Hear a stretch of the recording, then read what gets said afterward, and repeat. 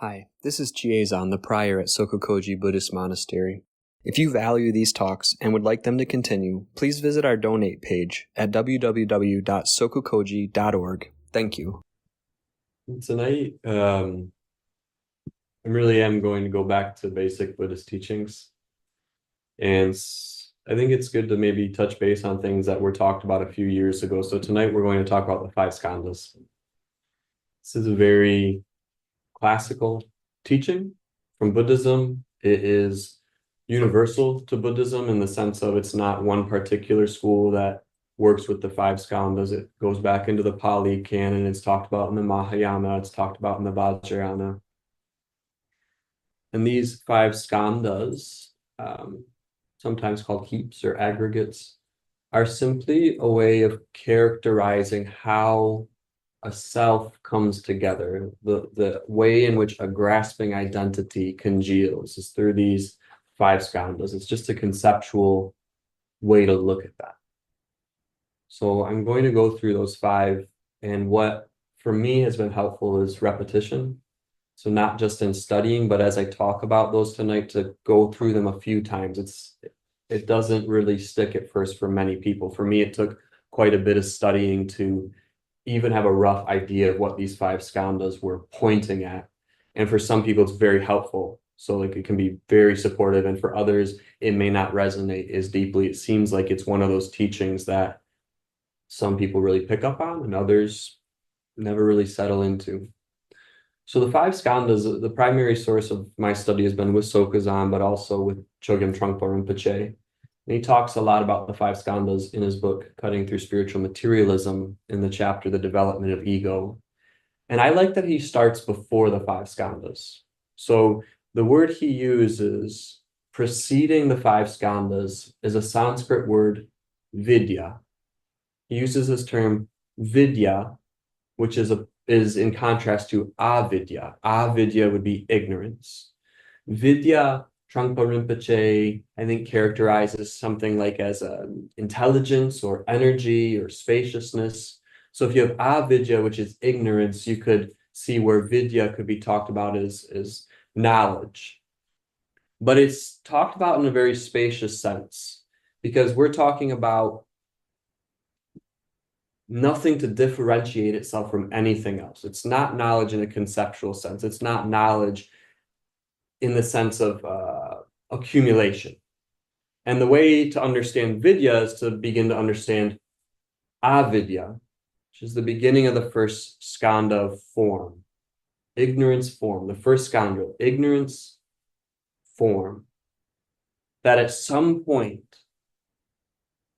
in just a way of talking about it, a distinction is made on a very primitive level, you could say. Thank you. It's not a distinction on a highly evolved level. I think Trungpa Rinpoche uses the image of a grain of sand. It's like a grain of sand differentiated in a desert of billions and trillions of other grains of sand. So yeah, that first form, you could think of the body in the sense, the way in which we're able to just very elementarily delineate form. Now, form can be physical or it can be cognitive form, anything that you can distinguish as emotions or thoughts, anything that can be distinguished as form. The second skandha moves into the sense of feeling. So at this level, not only do you have form, but some level of contact has to take place. Some contact which would initiate feeling, our sense experience of feeling, but again, in a very raw sense, because we're not all the way to having evolved thoughts about the feeling. You are not labeling the smells as coffee or incense, which are quite complicated.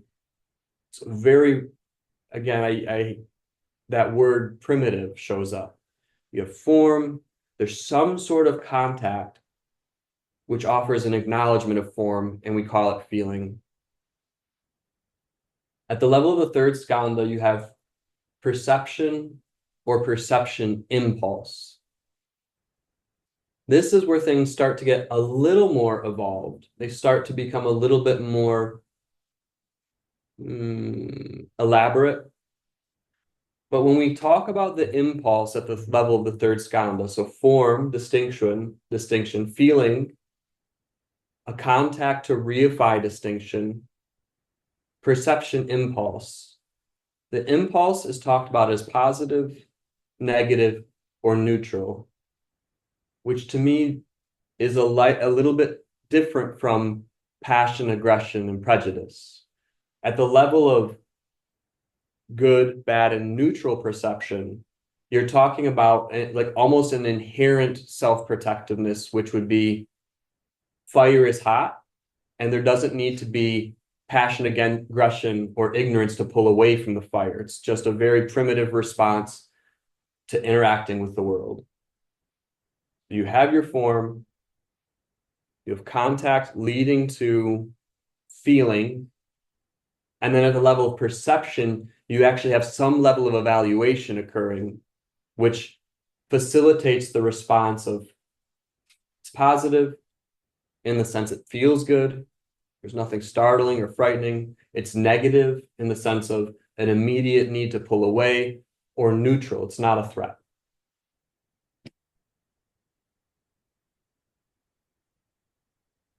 These three seem to occur at that very low level, which we could recognize at almost any level of sentience, that plants, animals, anything that we recognize in a traditional way of being sentient has this sort of distinction or this processing occurring. It's talked about with like plants actually having responses to people talking positively and negatively to them. There's been, who knows, some studies of the electrical currents going through plants where if there's like a line of carrots and they're getting plucked, there's different electrical currents being maybe more towards the negative end of things. Can liken this to when Chiezan talks about the no-killing precept. No killing life, no taking life. It's easy to, well, I don't kill animals, but we're finding that plants don't particularly want to be killed either. Or even networks of like aspens that are bound on the level of the roots, having communication over hundreds of miles. Fungi do this as well. So form, feeling, perception. The fourth skandha is the one of memory or concept. Things are starting to get more elaborate. So not only are we having the immediacy of our experience, of our physical experience, we're starting to accumulate data. We're starting to accumulate ideas. We're starting to accumulate past experiences and using them to strategize our relationship to the world. Well, this has happened the last 3 times, so I'm going to prepare for it to happen the 4th time. We are referencing our world. We are putting everything in the context of our experience at the level of this concept, conceptual skandha, memory skandha. But what's interesting, even at this level, it's not quite personal. It's personal in the sense that we're making a differentiation. We're distinguishing self and other. So it's personal in that sense, but it's almost a bit cold. It's like a hyper logical, analytical mind. There's nothing personal about this, but you're a bad person, and therefore I'm going to go this way. Trungpa Rinpoche says at the level of the 5th skandha, which is consciousness, he says things become irrational or unreasonable because those first 4 skandhas, the differentiation of form, the contact of feeling, the positive and negative neutral of perception, and the overlayment of concept becomes infused with emotions and self-referential thinking. So it becomes very personal. Our world becomes very defensive or very aggressive. We're going out into the world based on our concepts, or we're defending ourselves from experience based on our concepts. And at this point, we could call this a sentient being. We could call this a being. And Sokuzan has said, and perhaps Trungpa did as well, but I know Sokuzan has said that it's when these 5 skandhas appear in the 6 realms that you have a being.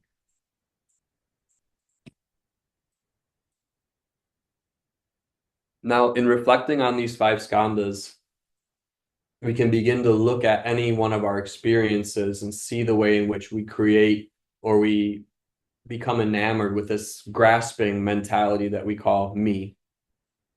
But what is tricky to me is that you can't just rewind. You can't just go back to the level of the first skandha. And the reason that seems to be is that in order to go back into the level of the 5th skandha, we can only do that through an identity of the 5 skandhas already having congealed. So the 5 skandha identity wants to investigate form. So it's not actually the rawness of form. It's not actually just the basic distinction of boundaries or physicality. It's a very intellectual analysis. So I find that it's working at this level where these 5 skandhas have already come together is what we're being encouraged to do, that when we sit on the cushion and meditate, we're not looking to have a regressive experience. We're not looking to sit on the cushion and to actually believe that we will sink down into the intimacy of form, although it may happen, but we're probably having to look at consciousness with all of its armor on, having gone through those 5 skandhas and said, I exist. And then that's the area that we're able to look at it. I could be wrong. Probably am to some extent. I'm sure perhaps some of us have had flashes into these 5 skandhas, but again, as soon as you recognize it and make that differentiation, we're right at the level of all 5 skandhas. We really have solidified locality in that sense.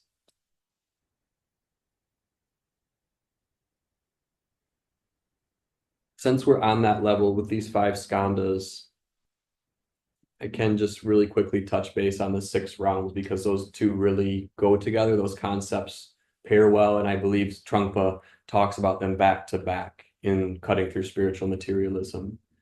So the 6 realms are just, again, ways in which consciousness expresses itself. In a symbolic sense, you would start down at the level of the hell realm, which would be typified with absolute warfare. It's almost beyond reason. It's beyond logic. It's just hatred, destruction, aggression. And the image that Sokuzan has used is the idea of prisons often function at this level. It's just you're always eyes forward, you're looking out, you're ready for whatever you need to destroy or fight or defend from. At the 2nd realm up would be the hungry ghost realm, which is overwhelming craving and desire. It's insatiable. And the image most traditionally used is like a being with an enormous belly and a tiny mouth that will never, ever get enough food to satisfy its stomach. Drug addiction can be a good example of that hungry ghost realm. Insatiable craving, needing, grasping, but it can happen on subtler levels. It may be the need for constant approval. It may be the need for constant entertainment, something to help us ignore, and yet at the same time never truly satisfies us. The 3rd realm is the realm of the animal realm, which again is not saying that all animals function this way, but it's very much about basic needs, a level of ignorance. It's just getting food, having sex, being housed, just snuffling along. The human realm is often defined as being described as being about desire, but also curiosity. So of the 6 realms, it said that the human realm is the one that's where you can receive the teachings, where you could awaken, because there's enough curiosity to actually look at the confusion. When you move up to the 5th realm, you have the jealous gods or the asuras. This is a type of competitiveness. It's not quite the craving of the hungry ghost realm, but there's a competitiveness. It's like you need to get on top. You're very paranoid. You're afraid of who's going to take you down, who's getting something they don't deserve. When are you going to get what you deserve? So there's a lot of production, there's a lot of activity, there's a lot of need for accomplishment. But again, the accomplishment's not really satisfying because you're always afraid of who may take it away. And at the level of the 6 realms, you have the Deva Loka, the God realm. And this is a type of ignorance.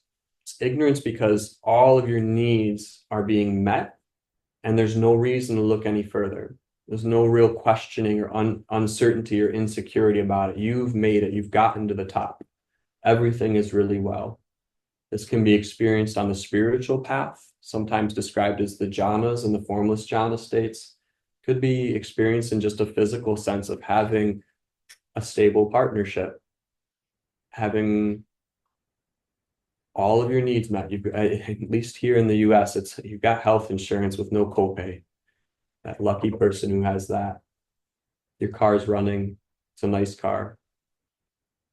So these 5 skandhas: form, feeling, perception, concept, and consciousness, manifest in one of these 6 ways, the 6 realms. And this is a being. Any questions?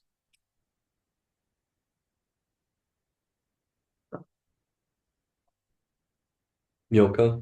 Milka bowing. I'm thinking about the word register, and with the 5 skandhas, before those all come together, is there anything that we register about the skandhas? My understanding is yes, there is, but it may not be happening at the level of sophistication we're used to. It may not be registered in the conceptual sense of actually thinking about it and digesting it and assimilating it. But it's just like if we were to use, again, the plants, they are registering their environment. They are registering changes in their environment, and they're responding based on those changes. It may not be as sophisticated in the way we qualify sophistication, but I would say similarly that our bodies are probably perceiving below the level of our conceptualization all the time. Something we are not actively thinking about is gravity. And yet we're able to orient our bodies to function based on this law of physics that our bodies are drawn towards the center of the earth. So that's a level of perception that's not being consciously ruminated on, and yet it's occurring constantly. Milka bowing. So when we're on the cushion and a thought comes up, is there a skandha involved? Are the skandhas involved in that? It feels like all 5. Again, at that level, when the thought comes up and there's a recognition of that thought, you're already functioning out of the belief in that differentiation. You're already functioning out of the identity that's perceiving an apparent external thought. So I would say, yes, those 5 skandhas are functioning in as far as they're real. Sokuzan. Can the skandha of perception function on its own without the other skandhas? I don't actually know. It seems like that, yes, any one of these could be arising as aspects of dependent origination. But again, when I look at that, there's not any ability for me at this point to distinguish that in a sense of the 5th skandha appropriating it. It's already been appropriated when I look at that. Is it possible for that not to be appropriated by the other skandhas? I would say yes, it is possible. I don't know that it's something we can actively execute. I've never heard of a teaching that points at that. Yes. What is it? Perception only. What's the other one? Not a test. I fail. What is the other one? I'm asking you. Oh, I don't know. Shoka. Shokubang, it seems like with all of these skandhas, there's something that I can touch in on or return to. But when you talk about vidya, I don't know how to work with that. So is there any way to touch in on or return to vidya? I only look at it as inferred by avidya. So again, to touch in on that spacious, energetic knowing, primordial knowing, to touch on it is to topple right back into the five skandhas congealing. So I think that looking at the way in which we are relating to a world that almost spontaneously solidifies as soon as we look at it, and to look at that sort of solidity or how convincing that differentiation is. What I have found, what I've appreciated about Trungpa Rinpoche is saying that it has energy. It's like, it's not homogeneous. It's not a type of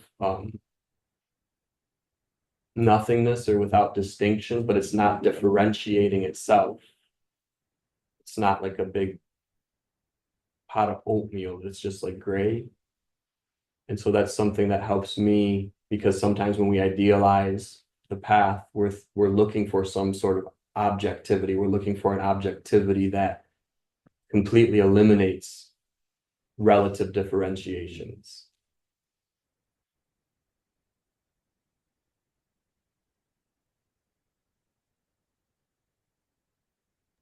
Maybe then, Yes.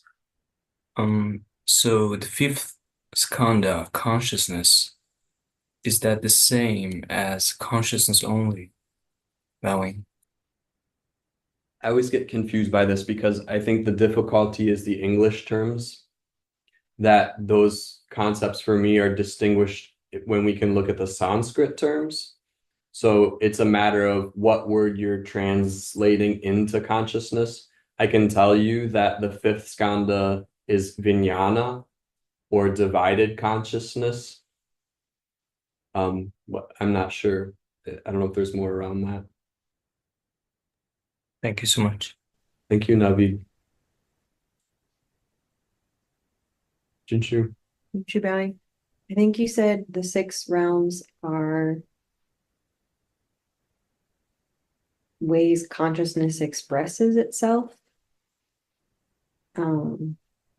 Yes, previously I've been thinking about it as like locations that the consciousness gets dropped into. Can we see how the consciousness is creating the realm that we are finding ourselves in? I think we can reflect on it. I think we can consider it. It's not enough to just give ourselves the instruction that we are creating this. So in whatever situation we're in, we could reflect on those 6 realms and look at how some aspect of hatred or desire or ignorance, which would be those 3. I mean, hell realm is hatred, aggression, and then you have passion, and then you have ignorance, and then you have, again, you have the grasping, and then you have the aggression of the jealous God realm and the ignorance of the God realm. So it's like 1, 2, 3, 2, 1, 3, something like that. So I think reflecting on it, but we could consider that, and you could look at how diverse experiences are. So if you're like, well, the environment is causing this, you could just reflect on or look at, is everyone having the exact same experience as you? And even if they might use the same words, you would find if you talk enough about it, there's going to be significant differences in the way that it's being perceived. So that helps us at least consider how what we're seeing is very much a part of what we are projecting onto the situation. It helps if you live with somebody who's very different from you. So like with Senchu and I, like we just have very, very different styles. And so therefore we can have completely different experiences in any given situation that are almost shocking. It's like, really, that's what that was like for you? Wow. SokukoJi. Is she ever correct? Always. Okay. The century style is one that doesn't lend to correct and incorrect well. As you know, its positions are so fleeting, and that again helps illuminate fixation for me. It helps illuminate how I don't want anything to change. And the story I've told before is early on, I kind of said something essentially, you just said this, how can you say this now? And just completely straight as can be, she just said, it changed. And it was very profound for me, because it was like, here I am ready to, no, you've got to argue with me because you said this and now you said this, and there's no coming back. There's no way to respond to that other than, okay. I just wanted to share a quick anecdote about SokukoJi. When he first came to this country, people were asking about His Holiness the 16th Karmapa, and he more or less was dismissed, said, "Don't worry about it." You know, he didn't downgrade him. He just, don't worry about that. Don't worry about it. And then in mid 1970s, suddenly he said, "We're going to invite the 16th Karmapa, Rangjung Greek Lord to this country. We're going to host him, and we need to get ready. And it's really a big deal, and we need to have all kinds of razzmatazz, pomp and circumstance happening." And some of his closer students says, "I thought you didn't. We didn't need to relate to whatever, however they said it. I don't know." And he says, "I changed my mind." That was it. Don't worry. Sokuzan's a notorious one for doing this as well. And I feel like being that person right now, but back when I moved in, the way he related to forms was very, very different from the teaching that he offers now. And that's been helpful and also very painful for me, very difficult for me to make that transition. Whereas early on, if you were tired, if I was tired, I was here mostly by myself. It was, you need to come down here anyway and just fall asleep on the cushion. It wasn't, well, get here if you can, get here as much as you can, but if you need to stay in bed, stay in bed. It was, no, get down here and fall asleep on the cushion. It was 6 a.m. If you got to work at 7 a.m., you need to get morning service done at 6 a.m. You need to do the Han and Bell, and then you need to do the Doan and the Doshi, all three at once. And that was necessary for that time because I needed that kind of structure at my age, and being here by myself, it would not have worked to have it just wouldn't have worked. And now that there's so many of us, you can have a lot more fluidity. It's not necessarily softer, it's more the situation, it seems.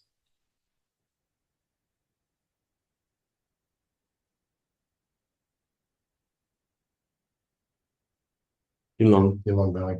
Curious about the second skandha, because we translate it as feeling, and we also talk about feeling in the six sense fields. Touch is feeling. It seems to me that it's not the same kind of feeling. So in the skandha, you talked about the feeling and the contact. So is the feeling of the second skandha the feeling that is in response to the contact, the feeling that results from the contact, i.e. like a good feeling or a bad feeling? That's a really good question. Do you recall what the Sanskrit for the second skandha is? That's Rupa. Does anybody know? Vedana? that's where my mind went. Vedana? Vedana? Vedana. And is Chiezan one? No, he's got smarter people to listen to than me. I don't know. And I think that too, it could also be a self-recognition. Again, it just, what it shows up to me, I don't know the finer points of it in a technical sense. What does come through clearly though is it's not sophisticated. We are not talking of a sophisticated level of feeling. So oftentimes when I think of the six sense fields, like with the 8 consciousnesses in Yogacara Buddhism, those first 5 sense fields for me, it's like I almost can't perceive them without tacking on that 6th sense of thought. There's always some thought about it. I'm thinking about the taste. I am saying it's the taste of an apple, so it's sophisticated in that regard. Whereas this feeling, it's almost like a very primitive organism has the ability to feel in the sense that it can register its surroundings, but it's not strategizing its surroundings.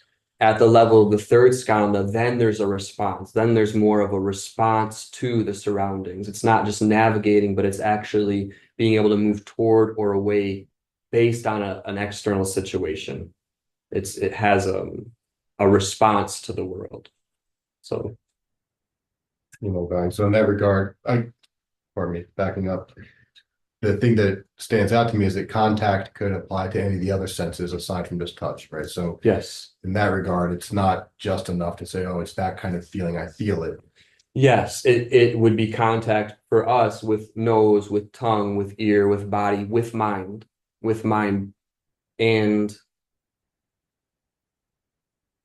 I would just encourage everyone to just consider this, to look at it. You don't need to understand this. And again, I know it's not something that you're probably going to digest in one sitting. It's something that you may want to sit down and contemplate each one of these. But it gets more complicated because you have these 5 sense fields: sight, smell, taste, sound, and touch. And again, they have a very rudimentary function. And then you add the layer of thinking on that, which very logical. And then it gets infused. Then it gets infused with emotion. If you're going to go back to the 8 consciousness, it gets infused with the Alaya Vijnana through memory, through habit energy, and it gets even more complicated. What I think is important for most of us, some of us are really may just enjoy dissecting these, is to how can we bring this back down into our practice? How could we actually reflect on any given experience and maybe even flash on how what appears as very solid, what appears as very stable, is still a product of these 5 skandhas, and therefore it is not one single entity. It is not one differentiated thing that has an inherent beingness. And to just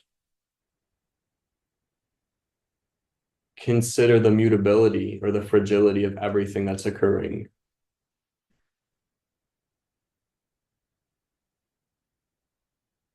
Oh no.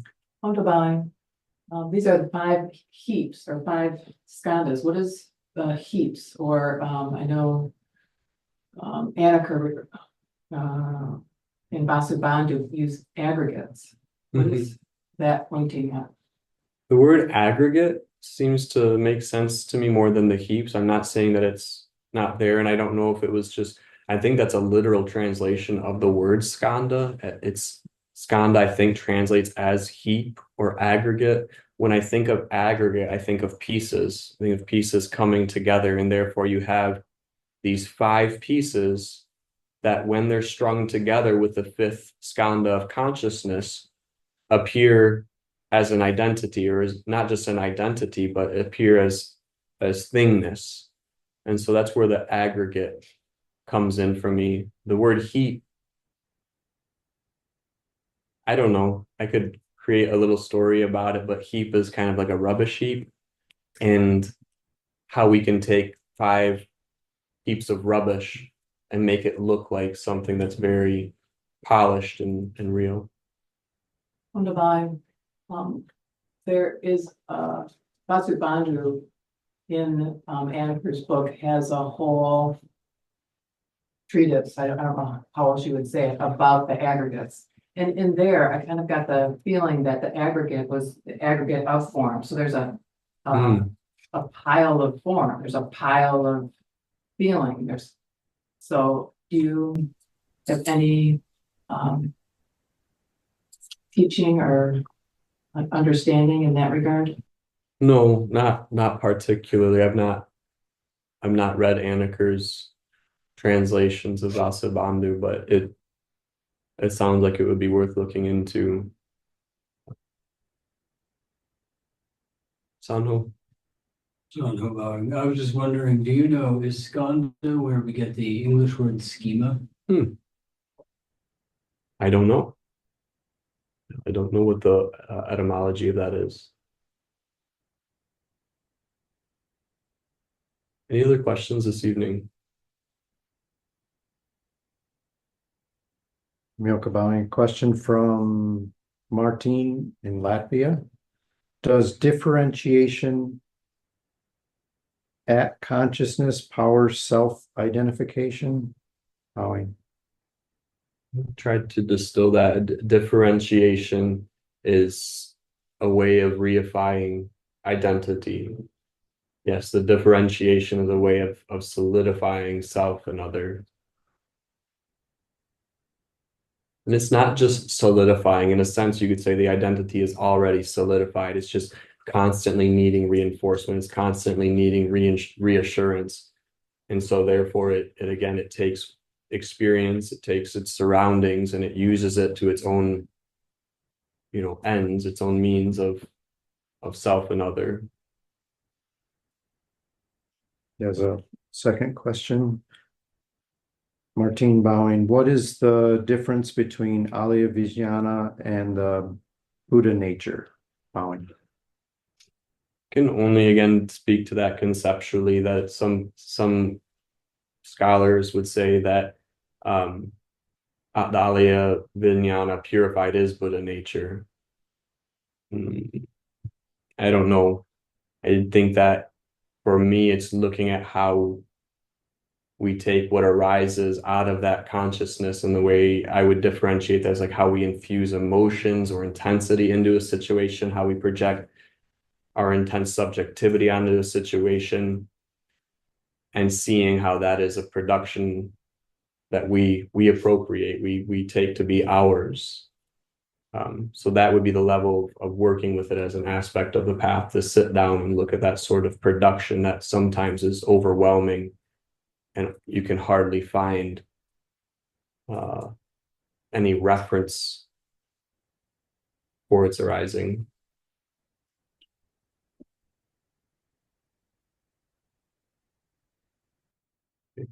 Dedicated merit. Thank you very much. Hi, this is Chiezan, the prior at SokukoJi Buddhist Monastery.